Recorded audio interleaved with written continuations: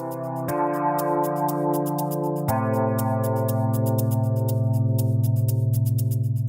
guys, welcome to today's episode of the Iron and Anchor podcast. I am Paul Callahan. Today we are with the gathering team lead of Apex Community Church, Mr. Phil Wing, a good friend of mine. We're excited to get to know him and learn a little bit more about his story. So tune in for this week's episode.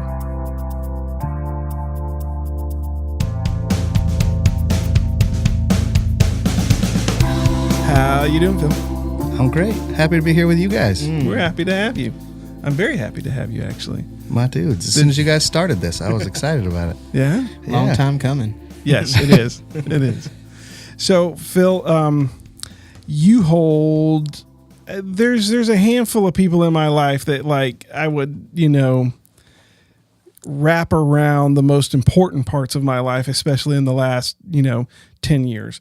And you are all up in that business. All up in it. Yeah.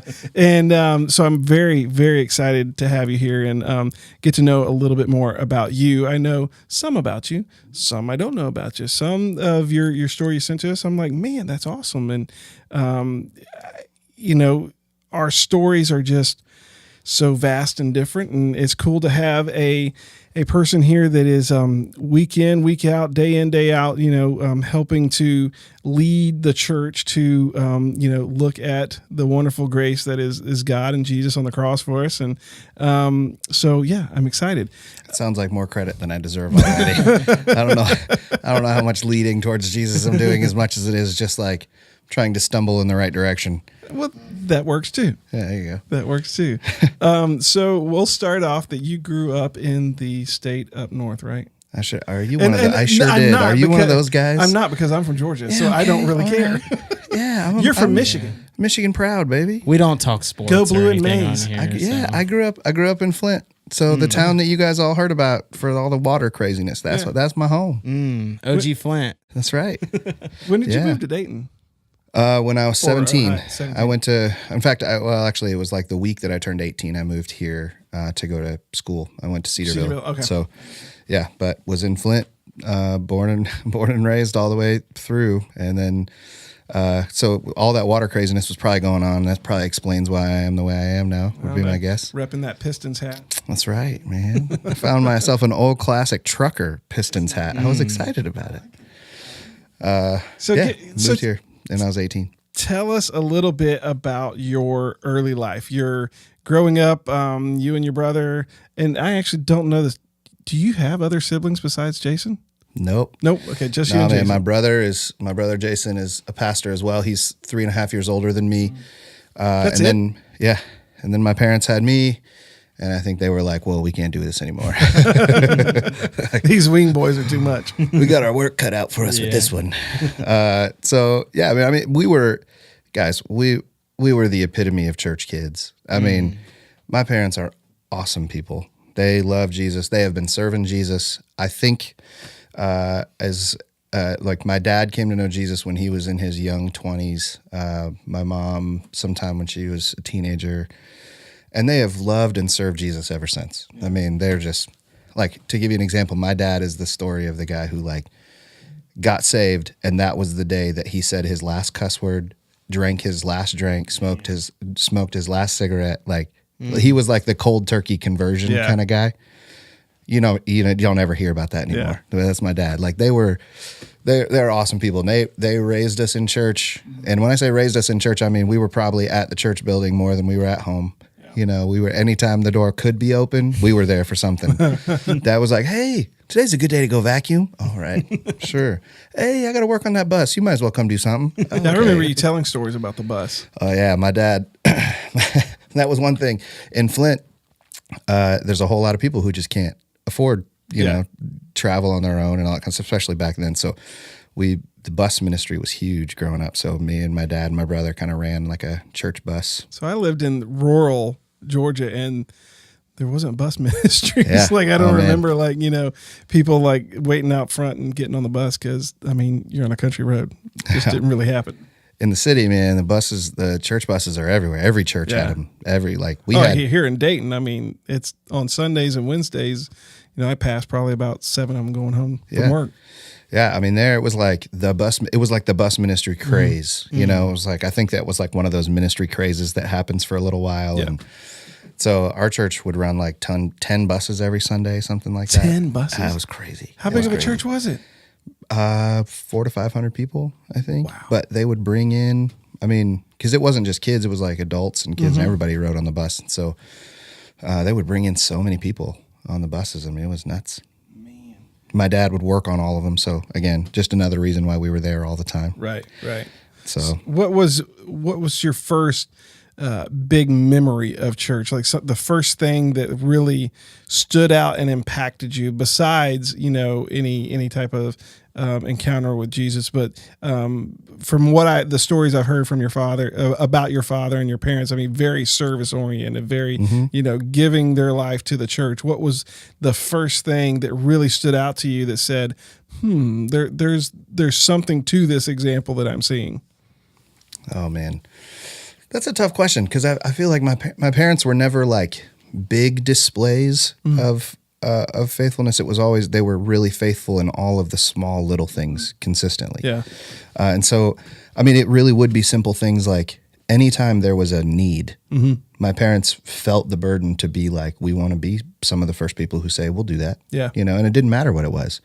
It was, this lady needs a meal, we're going to take it. This thing needs to be worked on, we're going to do it. This single mom's car broke down, bring it to my house, I'm going to fix it. You know, like it was just all of those things. So I think I just saw this simple, consistent pattern of faithfulness. Did you recognize that as you were growing up as something significant? No. When you're a church kid and your parents they function like that, it just gets annoying. You're like, gosh, I just want to stay home and play basketball. Yeah, that's exactly it. I would love to just be home playing basketball or playing Nintendo or something. And, my parents they were just always serving in one way or another. And so Jason and I were always a part of that. And, I think it was probably around like my teenage years that I started picking up on like, this is still a little bit annoying, but it's also kind of cool. Yeah. Like I look at my friends and I'm like, not many of their parents do this.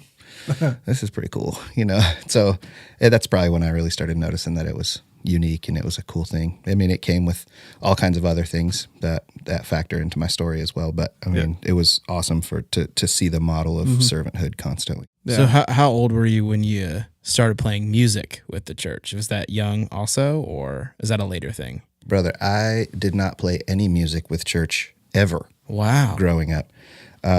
First of all, I grew up Baptist, like Hymnals? no, not just hymnals. I mean, they were like an old school specific kind of hymnals, like Just the piano. As I Am, every altar call? Oh yeah. The piano and the organ were the only allowed. Yeah. It was like somehow, even though there were like 40 other instruments mentioned in Scripture, those two were the only ones Jesus approved No of. liars at your church. No. And not people who don't tell the truth, because Exactly. they were there, just the instrument, the liar. Yeah, no stringed instruments. There was to give you an example, there was in a play, they did like a Christmas play thing one year, and they used a drum set as a sound effect for like marching and thunderstorms and stuff like that. And the fact that a drum set could be seen was like this whole church commotion thing. Wow. It was like that should never happen again. So Was there a guitar on stage No, before you left? one time, one acoustic guitar, one time that they wouldn't plug in. And after he did it once, they were like, nah, that's too much like the world. So I never did. It's when you're a church kid, you sing and everything. I mean, like you sing in church children's choirs choir and all that kind of stuff. Plays and stuff. But I hated it. I mean, I hated all of it. And I didn't know that I had any kind of ability in it. I just was like, that's what church kids do. So you never had a little guitar growing up? Never. Really? My dad had played when he was younger and had a he said it was like a 1960 Gibson acoustic that he played when he was younger, and then he got saved and he played it one week at church and with the kids' music. And the kids leader was like, aren't you guys so glad that Mr. Mike played guitar? And he said, no kids said anything. There was no applause. There was no yay. And then all of a sudden my dad was like, yep, I sold my guitar the next day. What? I was like, Dad, you had a 1960 Gibson acoustic and you sold it? I'm so mad at you right now. You could have that right now. I know. Be worth something. I could send my kids to college with that guitar right now. So I never played any music until college. So I didn't even learn how to play guitar. I didn't start learning until I was 19. What? Yeah, it was a really late thing for me. Interesting. Yeah. Yeah. So I mean, growing up in the church that I did, nobody did though. Yeah. Nobody played. It'd be It wasn't- different if they had a full band and you were, you know. Yeah. Nobody did that because nobody wanted to be, you didn't want to be the church music guy because all you got to do was direct choirs and let your arm get tired, Right. you Yeah. know, from the directing. And that was it. So no, there was no interest until I went to college. So you're growing up and your parents are setting an example of service to the church, and you're there every time the door opens. So as you say, when in that story do you start to recognize that something is separating you from maybe what they have, separating you from God, so to speak? You know, where does that turn for Phil Wing, you know, into, you know, an encounter with God as looking as like, well, maybe there's something there. Yeah. There's kind of a few parts of that. But I was a good church kid. So, I mean, I made a bunch of professions of faith. Every time I got scared of hell, you know, it was like, well, I better pray that prayer again, you know?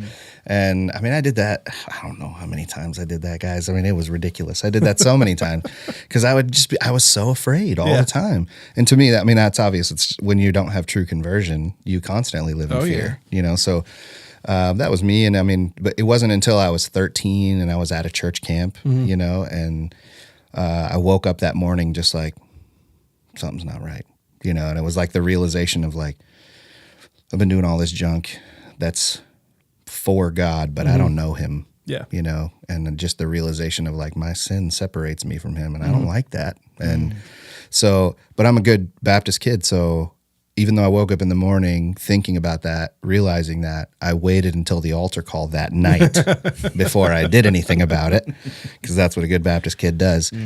And I went forward, and it's so funny because like the leader at the camp was like, "So let me share the gospel." And I was like, "Hold on, I know all that already. I've actually done this 3 or 4 times, but this time's going to be the real time." You know? And he was like, "What do you mean?" This and I is was for like, real. Yeah. I was like, "Here's what I'm guessing you're going to say. This, you know." Yeah. I start walking through it, and the guy's like, "Well, that's actually true. Yeah, you know all that?" And I was like, "Yeah, just today is the day I realized I'm separated from the Lord." He's like, "Okay." So I think that was like a genuine thing. That was a genuine thing of me realizing my sin separates me from the Lord, and I hate that, and I don't want that anymore. Yeah. So I think that was when I called out and really asked the Lord to save me. Yeah. And I believe that He did. Yeah. But I mean, I spent all of the rest of my teenage years still not really realizing what it meant to live under the lordship of Jesus. And so, I mean, it was full of all kinds of, I think I sent it to you, just full of all kinds of trying to earn my way and trying to just impress people. And were you still under that heart motivation to earn your way when you decided to go to Cedarville? Because I'm assuming, you know, 13 to, when did we go to college? 17? 17, 18, something like that. I mean, did you know you were going to a Christian college and for that specific purpose? I knew I was going to a Christian college because I'm a good church kid and there's no other options. Right.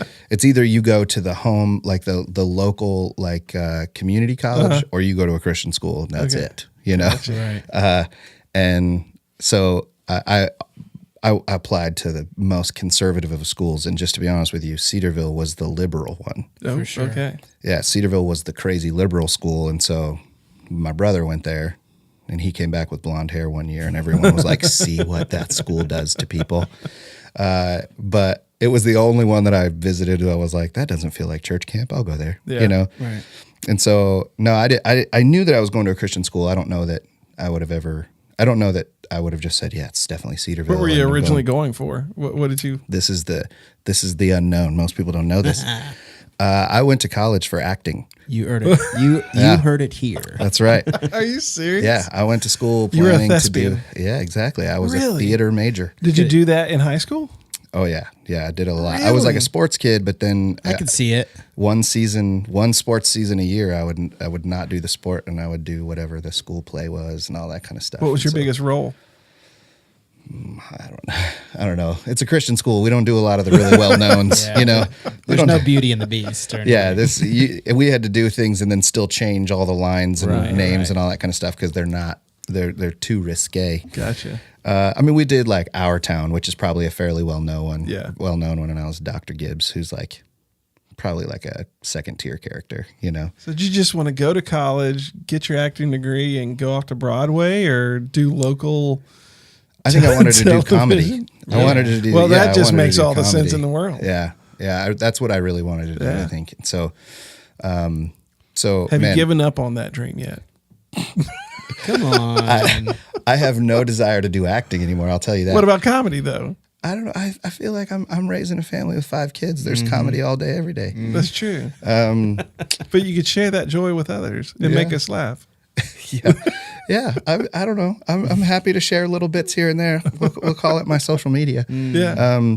Or your well-known, famous Grammy play-by-play. Ooh, those are good. So for those that don't know, Phil Wing has the best Grammy night play-by-play because it's literally tweeting left and right and Facebook, posts left and right about the Grammys, and it's awesome. So next year, when the Grammys come around, follow Phil Wing on social media because it'll be a delight. He always throws a disclaimer right before the Grammys come on that says, "All right, friends, if you don't want to see this, I'm sorry." And then they start. Now's the time to unfollow because Yeah. I'm going to blast you with about 30 updates in the next 2 hours. It's good. One year, I think a couple of years ago, I tried to hold my own with you, and it just didn't work. Oh, it was great, though. I love the interaction. It's awesome. It's good. Bruno Mars, that was one that I remember. I don't remember. There's been so many. I've done it like 4 or 5 years now, I think, in a row. But yeah, my wife and I talk about that. It's like our Super Bowl. Yeah. Because we're not like football fans or anything. So the Grammys come on and we're like, music on TV? That sounds good. I agree. And then we just make fun of people the whole time. In the love of Jesus, of course. I don't usually watch the Grammys. I just watch his play-by-play online Yeah. and then watch it later. Wow, what happened with them? I don't know. Yeah, it could be very confusing, I'm sure. So you're going to Cedarville for acting. Man, way to pull it back. Good job. So when does that change? When does it change for you that I'm like, hey, this is good, but Yeah. God is getting better and better, and I think there's something more there that he's pulling me to in life, something, a different vocation. Yeah. I definitely felt the calling my senior year in high school. I kind of knew that's what the Lord wanted from me, but I didn't want it. Yeah. At the time I was in a relationship that was like, it was very physical and sinful, and there was a part of me that just really liked that, and I knew like to surrender to that ministry meant that like I would have to actually do something about that, and I didn't want to have to do something about that, and we just cherish our sin. It's stupid, absolutely. But we just cherish our sin, and so that's part of why I was just like, nah, I don't want to do that. That's boring, and I just felt like, no, wait, I'm not the kind of guy who could do it either. Like I'm just faking it, and I know it. Did you think that meant that you had to be in a pulpit giving a message, or? Yeah. Because when you see That's the what you picture, saw, the picture that I saw growing up is you basically had 1 or 2 options, and it was either like go be a missionary somewhere or be a pastor in a lame church that you wouldn't really ever enjoy, And I was like, I don't want to do that. If you're a senior in high school, Jason would have already been in college, right? And was he going for ministry at that time? No. No, Jason never went to school for that. Okay. And not until he did seminary, which, Yeah. was like 10 years later. Right. Right. No, so yeah, he was already there, and it was during that summer, or like right before I left for college. That relationship ended, as the Lord does, man. He puts a halt to that kind of stuff sometimes. It's like he gives enough of a leash of like, listen, this isn't good, but it's not. He doesn't crack the whip on us as soon as he could every time. Sometimes he's just super patient, and he was super patient with me until eventually, like he was like, oh, okay, that thing needs to end, and I'm just going to let it crumble. And that was like good. It was good for me because it was that was part of the time that I got to feel a little bit free, and that was part of the time that. So during my first year at Cedarville is kind of like when I knew the Lord was calling me to do that, and I didn't want to do that, but then I slowly started to want to, and it was during then that I was willing to say, okay, I'll do that. Yeah. But even then I had stipulations. Like, I'll be a youth pastor. That's the only way you can do it and have fun, I get to play games all the time. Right, exactly. Yeah. That was the only thing that I was willing to do. But even through that, that I talk about that relationship that I was in, it kind of like, I was a late bloomer in some ways. So it was like, that was my first real relationship and the first, sexual experience that I'd ever had. And so it was like, and to be clear there, like I never even officially lost my virginity with that girl. It was just like, there was just a lot of physicality there. Well, that opens, for a teenage boy, that opens up all kinds of things. And then all of a sudden, like, here I am going to college, a Christian school. And then now, like, I have this constant desire for something, right? And that turns to porn eventually. And like, cause you want an outlet for your lust and you don't know what to do with it. And at the time, again, like I had been saved, but I wasn't really fully living for Jesus yet. Yeah. And so he wasn't my prime satisfaction yet, and so I was just kind of wrestling through that. And that whole time of just kind of dealing with that, but also feeling this calling from the Lord. And, eventually I was like, okay, Lord, I'll do that, but I don't know what to do about this thing. I'm hiding this thing and I don't know what to do about it. You saying we cherish our sin, that just, I don't know, that's poignant to me because I look back at my life and my story and it's like, man, that's all it was. I was cherishing, my addiction over, God, over my wife, over my friends, over my church. And we sometimes, like, I got to, I didn't know how to not cherish that, even knowing who God was, I didn't know how not to do that. Even when we grow dissatisfied with it and hate it, it's also extremely familiar to us. Yeah. And it feels, the lure is almost in the familiarity of it. Right. Yeah. Because it feels more familiar to us than submitting to Jesus. Yeah. Because that might be a little difficult. That might cause us to change behavior. That might cause us to, change who we're hanging out with or where we're going. Totally. Yeah. Yeah. That's what the interesting thing about the call of Christ, because the call of Christ is to come and die. Yeah. Right? But Scripture also tells us we're already dead in our sin. Yeah. So to come and die is basically just to realize, like, you've been dead. Yeah.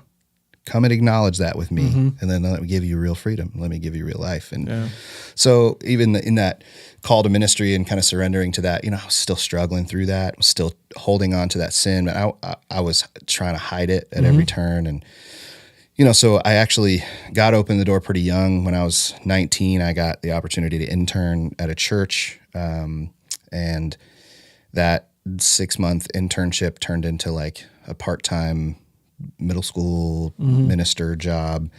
And then, a year after that, the high school pastor left and they were like, will you just be the interim youth pastor until we hired? And it turned into like 3 years, of like serving at this church as a youth pastor. And the whole time, just like battling through this kind of secret sin of, porn being in the background and not at the time, especially at the time, nobody talked about it back then. Like now it's pretty common for guys to be like, hey, are you wrestling? How's that going? But back then, like, no one was talking about it, and I was scared and just guilty, and eventually got found out. Like somebody found out about it and had to have like the whole like sit down with a pastor and, is this for real? Yeah, it's for real. And but God really used that, because that actually was a huge part of what led to a deep connection, because one of the pastors that was kind of assigned to walk through that discipline with me ended up being one of my best friends and a pastor that I got to plant a church with, just a year and a half after that. I want to touch on the having to walk through quote unquote church discipline, for your sin being found out about that. I had a similar experience, with one of the house churches when Lisa and I started going to Apex and, the Radcliffes and Casey Steckling, they walk through that stuff with me. And at the time, I'm like, man, you guys are just a bunch of jerks, right. And then I remember, I think it was when Casey got married and Josh, the Radcliffes were moving to Vegas, and I got to sit, I had already mended my fences with Casey, and Josh, I had never really spent time or saying words to Josh after that, kind of, but not really saying, hey, man, I appreciate the way you did that. I appreciate the fact that you weren't shy, to call me out and shy to, say, hey, we love you because God loves you, but man, you done something wrong. And there's steps that we can do to make that right. I made the choice to not go through those steps, immediately. But I got to say, I just, that's one of the most pivotal points that I can look back on and say, that had a huge impact on me. And I didn't realize it then, but I realize it now that, loving others, often causes us to love in kind of a hard way. Absolutely. Did that like propel you forward in a sense, like to move on and kind of answer your calling in a bigger way? Absolutely, because it was extremely pivotal, because I wish it could say it just, that was the moment that sin died, but the truth is it wasn't. But that was the moment that I finally realized that like it didn't have to be in the shadows, and that it could be exposed in the light, and that would actually lead to freedom. That would be where help comes from. And so I had been hiding it for at that point, like 3, 4, 5 years, at that point, I don't remember how long it had been, but years. And that was the first time that I was like, well, I got nothing to hide. All the people that I'm most embarrassed about knowing this, they know it. And right now they're trying to help me. They're not shunning me. They're not shaming me. They're trying to help me. And it was like when I realized, like, man, this is what Jesus means. This is what the Lord means when he says, like, bringing it to light. There's a reason why they call it light. I wish people realize that more, that to not hide their sin, because if you're in a community that loves the Lord and loves you, we want to walk through that with you. We want to help you bring that to light. Yeah, absolutely. So it was a gift to me, and I didn't realize it. And like I said, it ended up leading to a relationship that allowed us to build like a serious like brotherhood bond, and eventually like plant a church together. And that was a very unexpected gift to me. To be able to do that was a blessing. And now here, I've been at that church now for 17 years. So that is Apex. Yeah, that's Apex. Okay. Yeah. In what you sent to us, you talk about God's patience with you. Oh my goodness. If there has ever been a poster child for God's patience, it's me. Because I don't think it was like, so you know how you see like the kids on the playground, and there's like the kid who's like the Tasmanian devil child and like all over the place. That's not necessarily me in terms of the Lord. I was the kid who was constantly trying to make it look like I was doing the good thing, even though I knew that I wasn't. I was like the sneaky one. I was the one that was like, putting gum under the thing without anybody seeing it. I'm that guy. And the whole time is the Lord just knows. The Lord just knows, like, Phil, you can't impress your way to me. You can't like put on the good mask and get your way there. He just knows. And like, even as I'm driving here, like that wrestle is still there. Cause even as I'm driving here, I'm like, oh man, don't sound dumb, don't sound dumb. Don't say dumb things, say something tweetable, like that's in my head. It's like, there's a desire in me, there's a desire in me to be impressive. And, I think that right there is like one of the things where I noticed the Lord's patience so much, because the truth is that until we realize that like the Lord is the impressive one. Yeah. Like we can't live to impress, because he's the impressive one. He's the one who changes everything. He's the one who does it. Man, so this whole time the Lord's just like, all right, keep playing with your mud pies. That's fine. Eventually you'll realize like I got a feast over here. Yeah. Just waiting. It's right there, know. And slowly but surely, he just kind of opened my eyes and helped reveal that over time. And he has been so, so patient. In that patience, one thing that I know that's super important to you is adoption. And I want to know where that flows out of. Does that flow out of, and I'm going probably 2 different places with this, but does that flow out of you grasping that patience and feeling adopted into him, or where does that originally flow out of? So, I think honestly, the physical adoption became part of my life before I really realized what a big deal that was to the Lord. And here's why. I mean, I had a time when I was about 21 where the Lord just kind of like blew the lid off of my view of Christianity. And I was sitting in a field in Texas, and this guy that I'd never heard of named John Piper walks out on stage. Yeah. I've never heard of this guy. And he comes out and he says something at the beginning that just made me think, this guy is a heretic, you know, because he walked out and he was like, at its root level, Jesus Christ died on the cross for himself. When I was like, this guy is a dummy. What is he saying? You know, like, this is the dumbest thing I've ever heard. Then he goes on to basically explain a holy God. What does it mean for there to be a holy God? And what does it mean for a holy God to send his son? And why would a holy God send his son to pay for sins that we had committed? Why would he do that? Did he do that because this holy God worshiped us? No.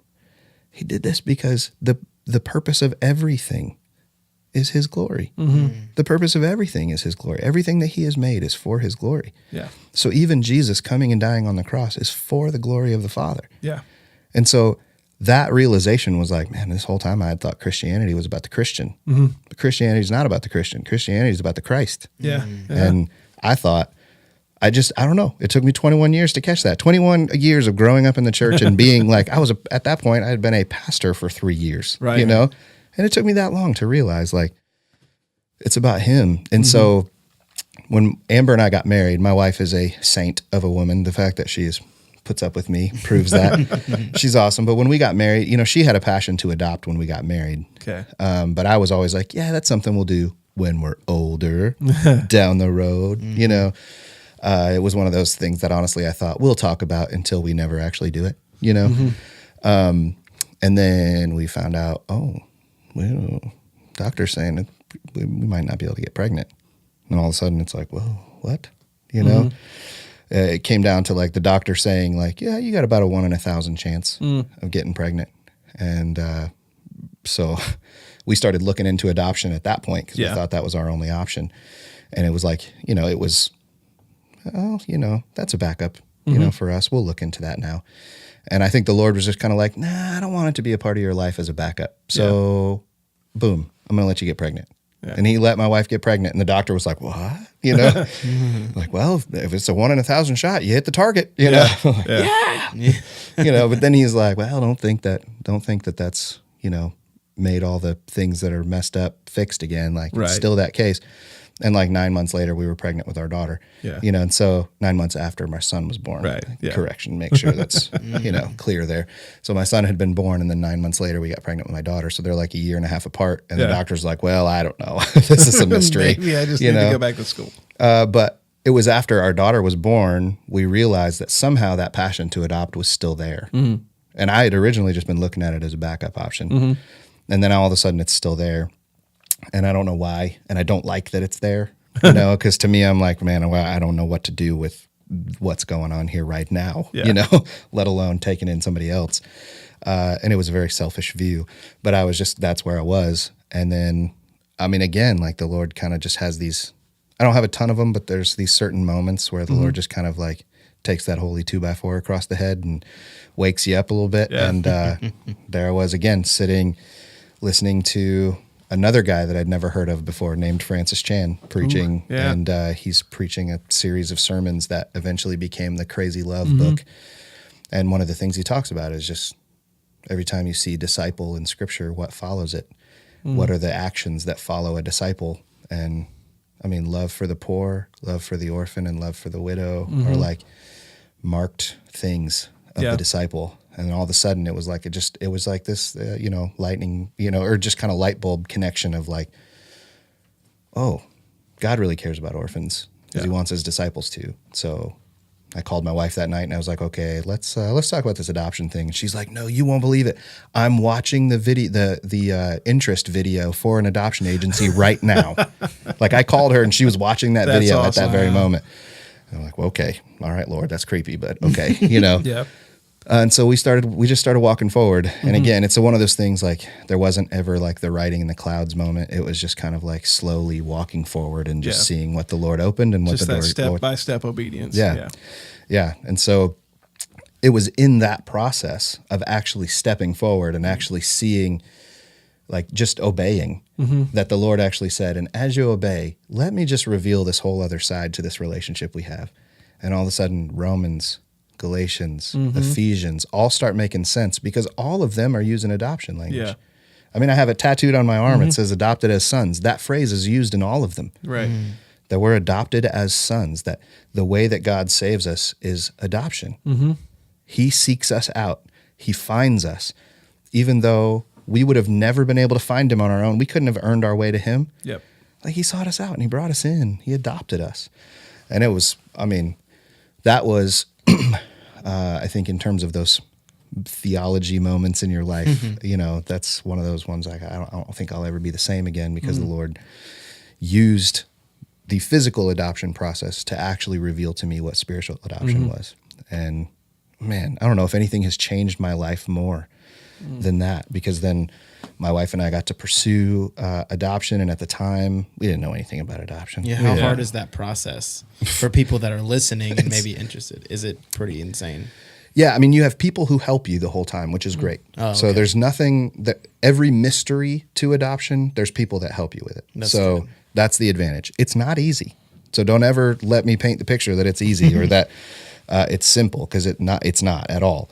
But there's people who help you the whole time. And so for us, Apex was super involved in Africa at the time. We started praying about African adoption, but Africa very few countries in Africa are open to international adoption.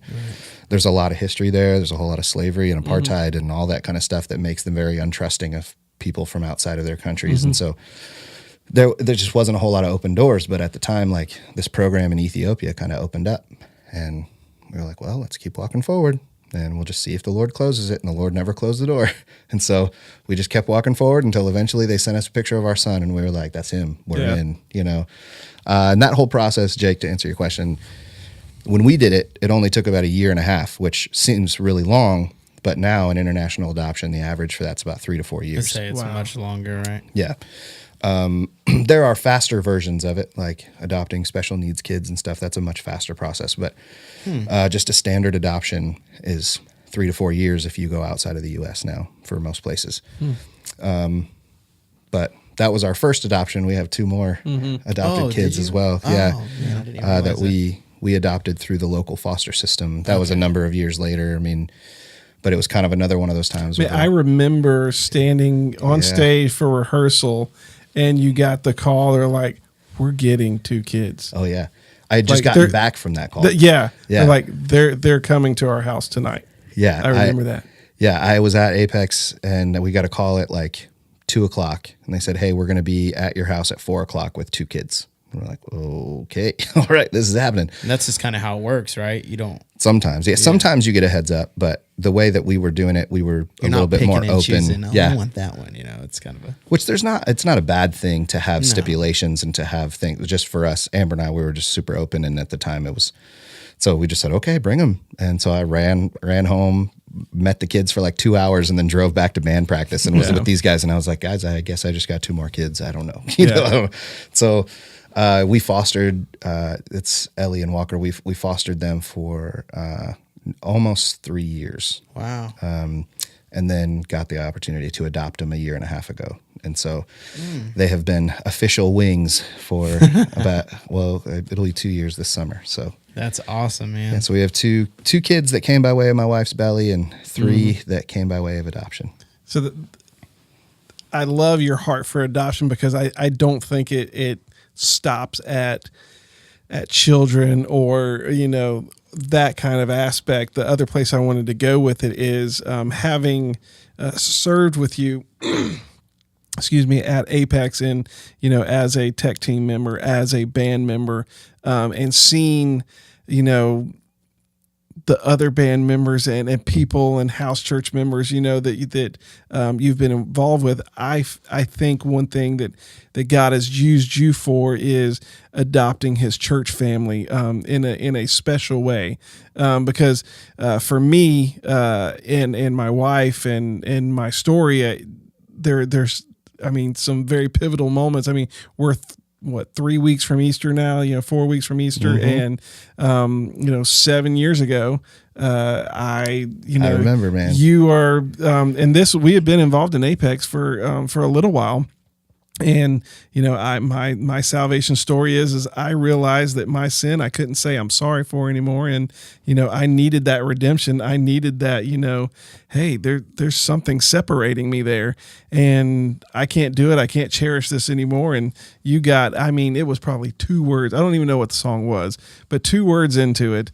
And are you really I wish trying it was to from think? the inside out, so you guys would have the same jams. But Phil's real good at that because I got saved at Apex with Phil leading also. 7 years ago, Easter Sunday, what's the first song you sang? You don't know. I would have it on a list though. I could look it up. I could look it up. I'd be interested to know. There was no find out. Slack Yeah. back then. I don't think. No, there was no Slack. But I got the documents. I can take it back. You're 3 words in, and I saw you walk down I had that to aisle, go to man. Jason, Yep. and Jason led me through the prayer. Did spontaneous baptisms that day. I was baptized, and so here's the thing about when you live a life of sin and you're rebuilding trust is like I remember my wife. She was not happy that day. She's like, he's just getting saved again. It's going to be the same thing. Yeah, it's just a show. Again. Yeah, just a show. And it took a long time for that trust to rebuild. But during that time, I started serving on Team One as Team One's one of our bands. At yes, church. Yeah. Sound engineer. And my wife, it was a year. I had been sober for just a month over a year, and my wife was suddenly stricken with a crazy medical thing that put her. It was very wild, legit episode of House, and she was in the hospital. I mean, we go from the Waffle House to being told to go to the emergency room to being told, you have stage 4 metastatic thyroid cancer, and then being told, we don't know what you got. Let's just keep you here for a while. And I think we heard 5 different diagnoses between. It could be. Yeah. I remember blood cancer. Yeah, at one point there was multiple. It was crazy. Yeah. But one thing, and I'm going back to the adoption.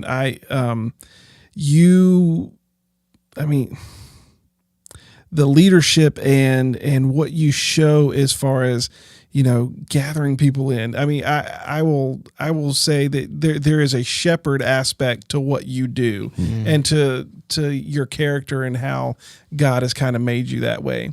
And I remember sitting, in my wife's hospital room, and Team One comes rolling in, and whole band came rolling in, man, with guitars. Yep. And we're just singing and worshiping. Jealous. Yeah. And it was, my wife still talks fondly about it, and I just, I will always feel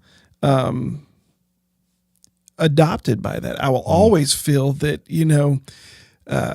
even in the midst of trouble and, pain and hurt, that you felt a call to reach out, and I think in some ways, our struggles and our sin and our just whatever we're going through truly makes us orphans, and may separate us for a time, from our community and our church body. But, for me, I definitely see that growth in you and that growth in what God did for you and showing you that, because I've witnessed it myself, and I've seen you, extol that and give that out to others. That just, man, discipleship. That and you said in your own words, what comes after that? The orphans, the widows, and just I think other disciples. And you will always, and my wife will say this as well. You hold just a special place, and it's not because of, man, you're Phil Wing. It's because the character and what God's done for you. And I like the fact that it's part of your story, and being, redeemed and being, it takes us sometimes a little longer to get where, we think we should be. And being able to recognize the fact that, maybe I'm not there yet, or or whatever. God really creates something out of our mess. I think that's what I'm getting to. Absolutely. God creates something out of our mess. Absolutely. And for you, he's created a wonderful worship pastor, and a wonderful songwriter, a wonderful friend, and discipler, and someone that's just going to grab you up and hug you. And for others, it may be that they've created someone out of that mess just to be a good listener. I think I'm still trying to figure out what he's created me, out of this mess, to be. But I'm excited that I'm sitting down here talking to you almost 7 years after the fact. Well, that's super encouraging. It would be super easy for me to be like, take that pat on the back and be like, oh, that's so cool. Yeah, man, I feel great. But ultimately I want people to hear that and see it's like, oh, okay. Well, I may be screwed up now, but I people are telling me about God. People are pouring into me and praying for me and discipling me. It's like, oh, there's something there. There is more than what I see. If I don't cherish this anymore, then maybe I can die at the cross and have that freedom, have that light. Oh man, dude, Galatians 4 talks about how the Holy Spirit teaches us how to see God as our dad. Yeah.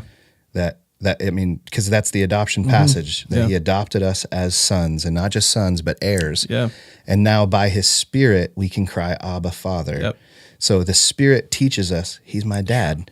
But the Holy Spirit, and then it says that he's made us heirs. So not only is he teaching us that God is our dad, we get to be part.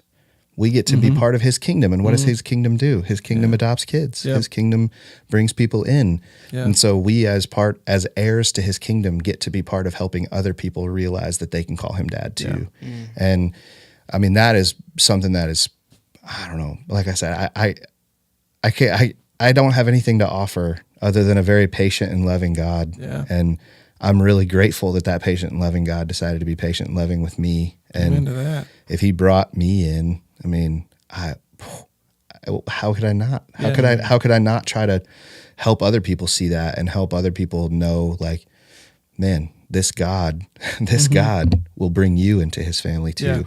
Yeah. And so to me, it's definitely not. It's not an earned privilege. I told you I lived for earning for a long time. To try to earn his favor.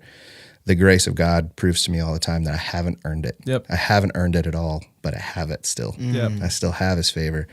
And man, that's the kind of thing you want to talk about. Yeah. That's the kind of thing you want to help people realize and acknowledge. And so it's awesome that I got to. And I didn't even know Jake's story, that he came to know Jesus at Apex. That's powerful. I listened to your story on the first podcast, and I was like, what? So like both, I mean, I didn't even know that. So sitting down with both of you guys and knowing that you guys came to Jesus during worship sets at Apex, man, that's like blows me away. Phil Wing plays an important part in our lives. Yeah, absolutely. I never, ever in a million years thought, man, many years later we would be buds and on a podcast and playing music together. Like the other night, it's just like, I thought Phil was a rock star. Oh my goodness! I was like, man, because playing very low expectations of rock stars.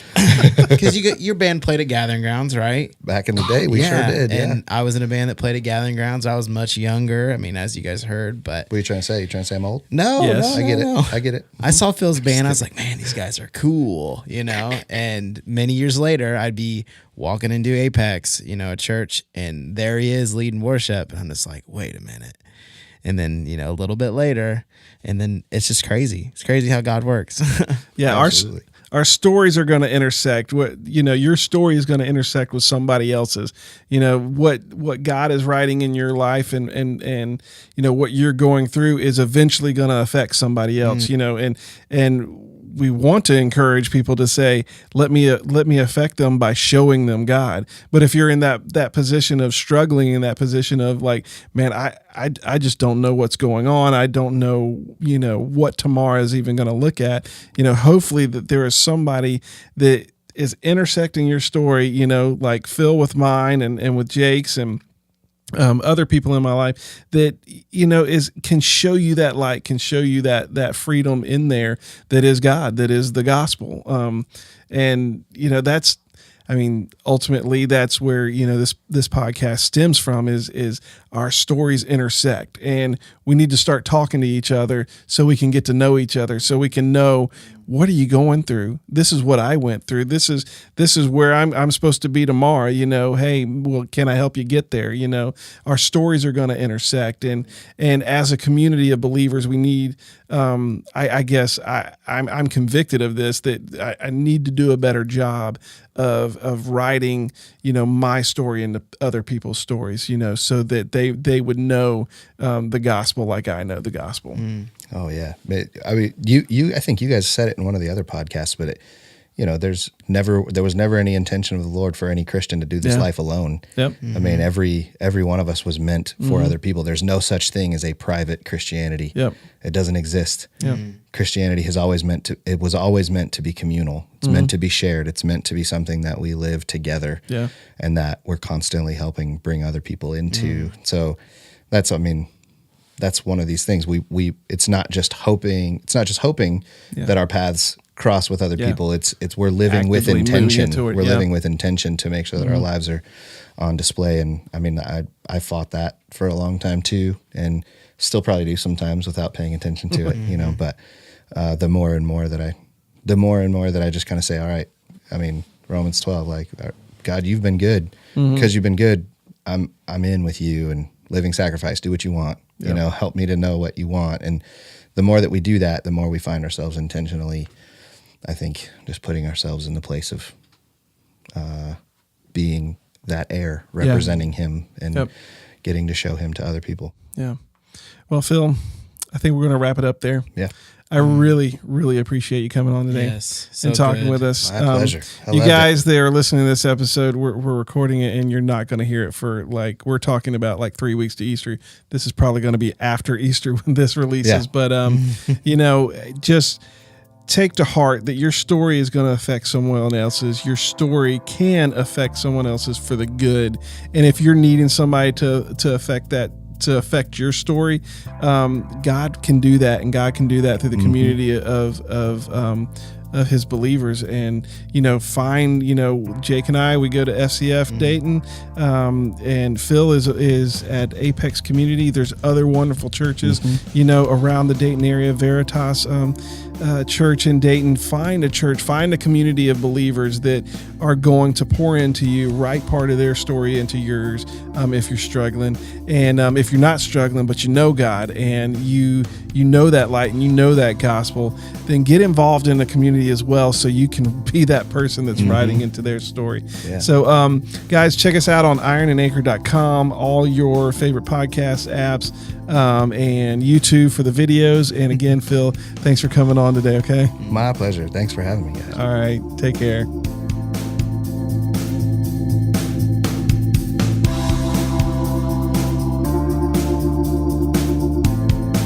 Hey guys, this is Paul from Iron and Anchor. If you're feeling led that you might want to be a part of the podcast, go to ironandanchor.com and to the Contact Us section. The form that we send out to people for the episode, it's going to be on there. Fill it out and we'll be in touch. Thanks.